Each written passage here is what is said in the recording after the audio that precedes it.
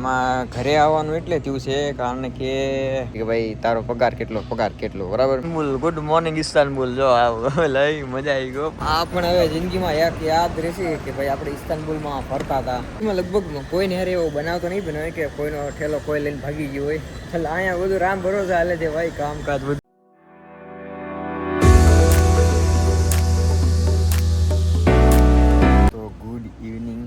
સીતારામ બધાને સ્વાગત કરે છે આપણો એક નવો આજનો વ્લોગ. એટલે આપણો વ્લોગ થવાનું છે ઘરે. મારે જવાનું થયું છે. હું તમને કહું કે જો આ મસ્ત એરપોર્ટ છે. હા, બોર્ડરૂમનું એરપોર્ટ છે. હું જાગ્યો છું અત્યારે 1 વાગ્યો છે રાતના. 1 નહીં 1:30 વાગે આવ્યા છે. મારે 4 વાગ્યાની ફ્લાઇટ છે. અહીં બોર્ડરૂમથી ઇસ્તાનબુલની ફ્લાઇટ છે, ઇસ્તાનબુલથી મુંબઈની છે ને મુંબઈથી પછી અમદાવાદની છે. એટલે બહુ લાંબો ગેપ પડી જવાનો છે ભલામણા. મારે તો ફીણ આવી જવાના છે ઘરે પહોંચતા. તો અહીં કંઈ ચેકિંગ કાઉન્ટર છે, હાથે ચેકિંગ કરવાનું એવું છે. મને તો આમાં કાંઈ ટપ્પો પડતો નથી ભલામણા. બધું ટર્કીશમાં લખ્યું છે, જો કે ઇંગ્લિશમાં છે. હજી કાંઈ ખુલ્યું નથી. અને હું પેગાસુસ એરલાઇનમાં પહેલી વાર ફ્લાય કરું છું. જોઈએ હવે કેવો રહે છે અનુભવ. આ બધી કાઉન્ટર છે મસ્ત. કેવું લાગે જો એરપોર્ટ મને કહેજો. મસ્ત છે જો. આ બોર્ડરૂમ એરપોર્ટ છે જો. એમાં ઘરે આવવાનું એટલે થયું છે કારણ કે એક મસ્ત મજાની ગુડ ન્યૂઝ છે મારા માટે. એટલે હું જાઉં છું થોડાક ટાઈમ ઘરે. હવે લગભગ 10 દિવસ આજુબાજુ ઘરે જાય છે. ખબર નહીં કેટલા દિવસ થાય, પણ 10-15 દિવસ આજુબાજુ ઘરે રહેવાનું થાય મારે. મસ્ત. એટલે હું નાનું તો વેકેશન સમજી લો. મારે તો વાળ કરી જાય કારણ કે હું પહેલાં મને મૂકવા આવ્યો ગાડી લઈને, 2 વ્હીલ લઈને. એમાં મારો ઠેલો હતો. તો ભાઈ મારા વાળ ભીસા ખેરી નાખ્યા. આમ તો પણ એને એટલી ફાસ્ટ હકાવી ને. તો અહીંયા એટલું મોંઘું છે ને એની વાત જવા દો ભલામણા. તમે કહો છો ને ઘણા કહેતા હોય છે કે ભાઈ તારો પગાર કેટલો બરાબર. પગારની વાત તો ઠીક છે ભલામણા, પણ અહીંયા મોંઘું એટલું. જો અહીંયા આપણે કમાવીને અહીંયા વાપરવી ને તો અહીંના પગાર ધોરણમાં મારો પગાર કાંઈ ન કહેવાય. આ તો હું અહીંયા કમાવું છું ને ત્યાં જઈને ઇન્ડિયા ઉડાડું છું ને. એટલે ભાઈ વધે બધું. નકર હું એક વધુ, અહીંયા બીજું કાંઈ વધે નહીં. તો આવું છે ભલામણા. હું જો અહીંયા મારા રૂમથી આવડું એરપોર્ટ, બોર્ડરૂમનું એરપોર્ટ છે ને તુર્કીમાં, એ અરાઉન્ડ 10 કિલોમીટર દૂર છે. અને એનું ભાડું કેટલું ખબર? ટેક્સીમાં 1200 ટર્કીશ લીરા, એટલે 2400 રૂપિયા ભાડું કીધું મને. મેં કીધું ભાઈ, મેં મારા ભાઈબંધને કીધું. મેં કીધું આવી રીતનું કહે છે મને 2400 રૂપિયા આ 1200 ટર્કીશ લીરા ભાડું કહે છે.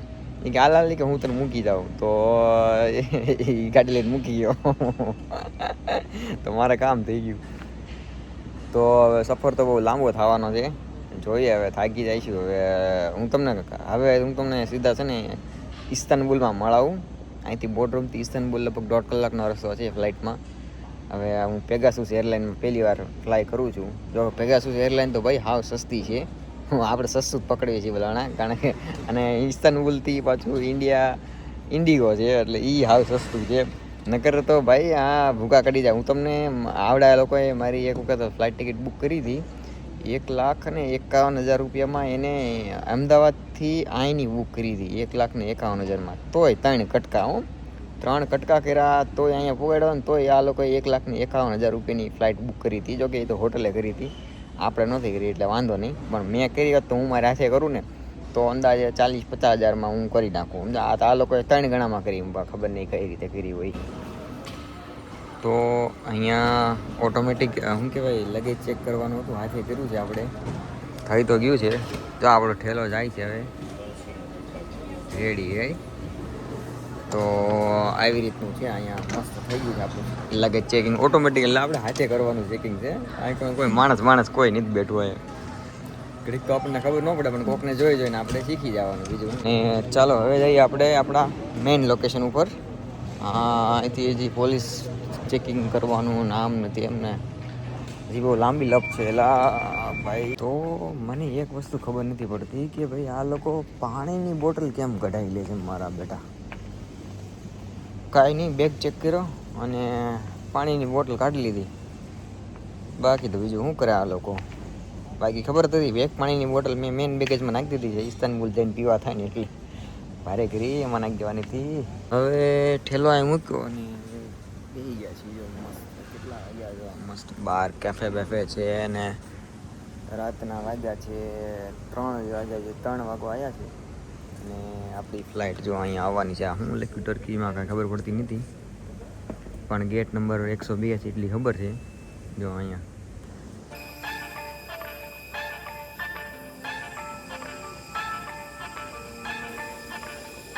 તો આપણે ઇસ્તાનબુલ પહોંચી ગયા છીએ. હવે ભાઈ મસ્ત ઊંઘ લઈ લીધી છે. આ ઇસ્તાનબુલ એરપોર્ટ છે. હવે આ એરપોર્ટથી બીજા એરપોર્ટે જવાનું છે. હવે અહીંથી શટલ બસ પકડીને જવાનું છે બીજા એરપોર્ટે. હાલો હવે ત્યાં પહેલાં પહોંચશું. તો ભાઈ આ ઇસ્તાનબુલ એરપોર્ટ છે અને ઇસ્તાનબુલ જો ભાઈ મજા છે ને અહીંયા જો તો સવાર પડી ગઈ. હવે હાલે જઈએ આપણે જો બહાર કરી લઉં.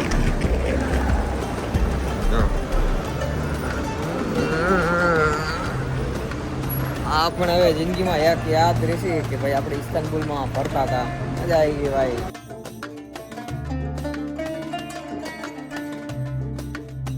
મસ્ત ફરીએ છે ભાઈ ઇસ્તાનબુલમાં. જો હવે ભાઈ આપણે મજા આવી ગઈ.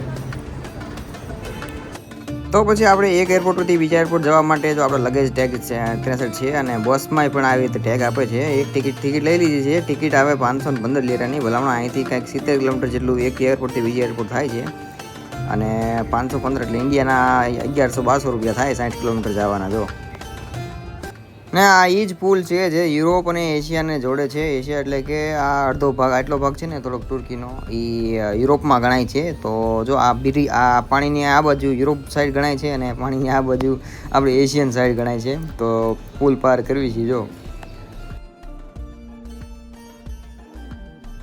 તો અહીંથી આ બસમાં અમે અત્યારે આવ્યા છીએ. જો આ બસ છે ઇસ્તાનબુલનું નામ છે. સબિયા નામ દેખાતું નથી, અહીંથી દેખાય મારું બધું. તો જો આ એરપોર્ટ છે ઇસ્તાનબુલનું. અરે ભાઈ હું ગજબ વસ્તુ બનાવી છે સમજો. સમજો અને આ બધા તો અહીં ઉતરા છે અને મને આવી રીતનો કાંઈક ટેગ આપ્યો હતો બેગમાં લગાડવાનો. તો આવું કંઈક હેવીએસનો ટેગ આપ્યો છે અને હવે લઈ લીધું છે. બેગ એ મારો જૂનો થઈ ગયો છે અને હવે જઈએ છીએ ભાઈ આપણે અંદર. રેડી હાલો. આવડી આ બસ છે. જો આ બસ જવાનું હવે અંદર જઈશું આપણે. અહીંથી આપણી ઇન્ડિગોની ફ્લાઇટ લેવાની છે મુંબઈની, પણ હવે ક્યારે છે એ તો બહુ બપોર પછી છે ઇન્ડિગોની ફ્લાઇટ છે.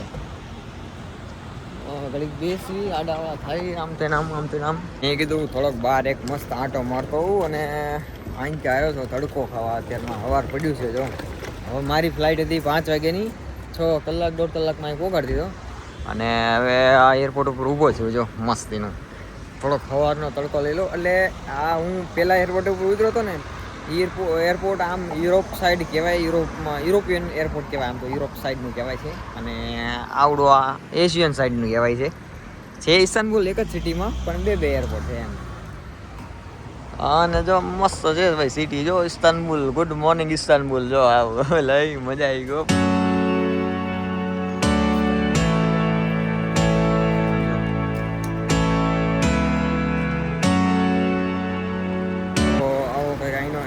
એન્ટ્રન્સ ગેટ છે ઇન્ટરનેશનલ એન્ડ ડિપાર્ચર. એટલે હું ડોમેસ્ટિક માટે જાય ભાઈ હવે અંદર યોજાય છે.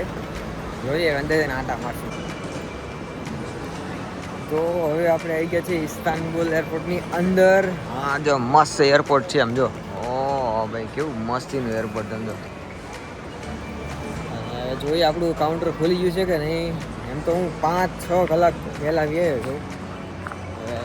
જોયું. વાહ ભાઈ વાહ, ખતરનાક છે. આમ તો કેવું આપણે મુંબઈ આવું જ છે. જો મુંબઈનું હું તમને બતાડીશ, મુંબઈ પહોંચીશ ને ત્યારે.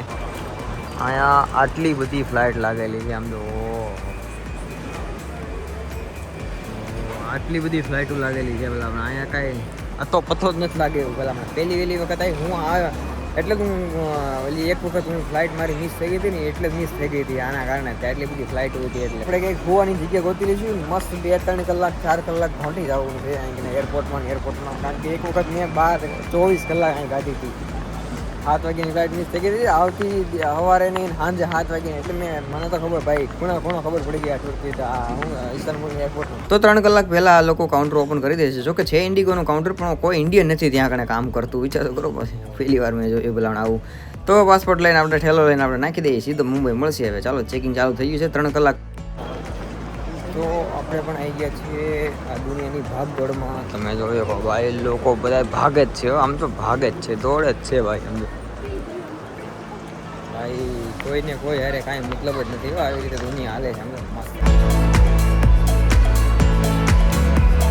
આપણે બધી સપનામાં વિચાર નહોતો કે ભાઈ આવી રીતે આપણે એક વખત ઇસ્તાનબુલનું એરપોર્ટ જોઈશું.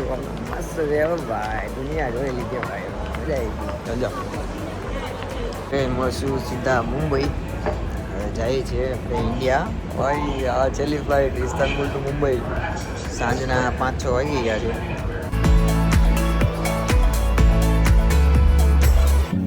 તો પહેલાં પછી ગાયકા જઈને પહેલાં મેં જગ્યા રોકી લીધી, કારણ કે પછી આમાં ઇન્ડિગોમાં સીટ મળતી નથી.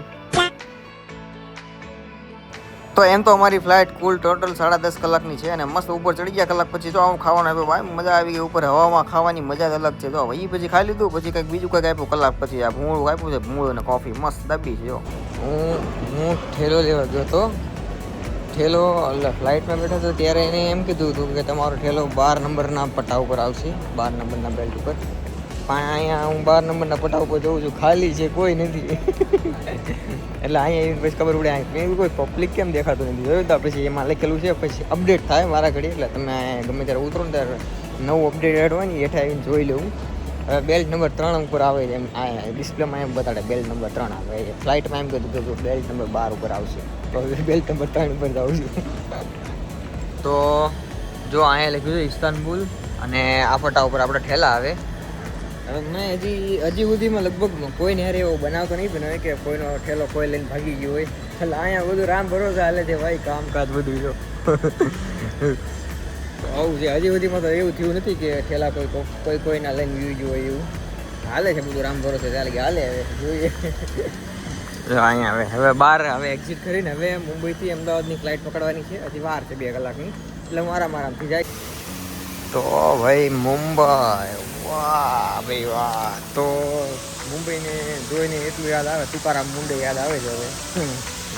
વાહ ભાઈ વાહ, કેવું મસ્ત બનાવ્યું યાર મુંબઈ એરપોર્ટ. પણ જેટલું ચેકિંગ મુંબઈમાં કરે છે ને, આ બેગનું નાન તેન ભાઈ ખતરનાક ચેકિંગ કરે છે. એટલા એરપોર્ટ હું ફરીને આવ્યો, 3 એરપોર્ટ અત્યારે ફરીને આવ્યો હું. બરાબર 2 એરપોર્ટ ફરીને આવ્યો. 2 નહીં 3, યસ 3. જેટલું છે કે મુંબઈ એરપોર્ટમાં જાય ને એટલું ક્યાંય નથી થતું. બોલા આમ તો જો ફાઇનલી આપણે આવી ગયા છીએ અમદાવાદમાં ભાઈ. મસ્ત આવી ગયો ભાઈ. બહુ ટાઈમ પછી પહોંચી એવું લાગે. પેલા 2 દિવસ ત્યાં મારે પહોંચતા થાકી ગયા. હા તો બેક ટુ અમદાવાદ એરપોર્ટ ભાઈ. આવી ગયા છે પાછા મસ્ત આપણે અમદાવાદ એરપોર્ટ ઉપર. જો હવે સીધા ગીતા મંદિર જાય રેલવે સ્ટેશન. હું ગાંધીગ્રામ જવાનું જોઈએ ક્યાંનું.